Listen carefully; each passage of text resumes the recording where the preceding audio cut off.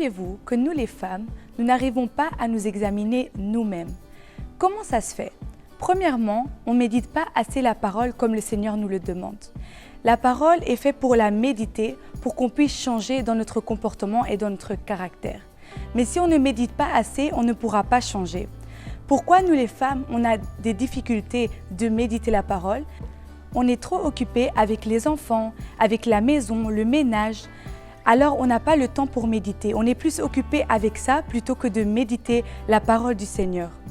La deuxième chose, c'est qu'on se soucie plus de ce que l'homme pense de nous, de ce que le Seigneur pense de nous. Des fois, on passe des heures à penser comment changer pour l'homme.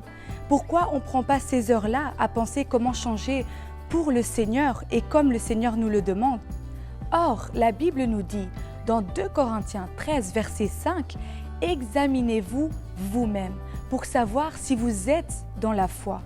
Alors, mes sœurs, examinez-vous vous-même, car sinon, vous ne pouvez pas savoir si le diable est en train de profiter de vous. » Chez beaucoup de personnes, le diable profite de ne pas leur donner du temps pour s'examiner, pour qu'ils ne sachent pas ce que le Seigneur veut faire d'eux, ce que le Seigneur attend d'eux. D'autres personnes encore ne se sentent pas assez en valeur. Ils pensent qu'ils n'ont pas assez de valeur aux yeux de Dieu pour pouvoir changer justement.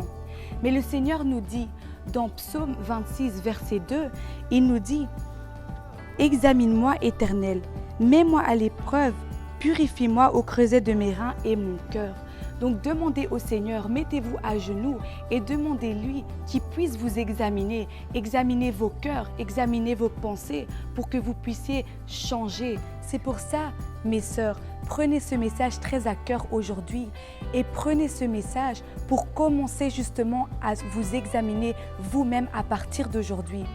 Au nom du Seigneur Jésus-Christ de Nazareth, je vous vois la prochaine fois et je vous dis soyez bénis. Au revoir.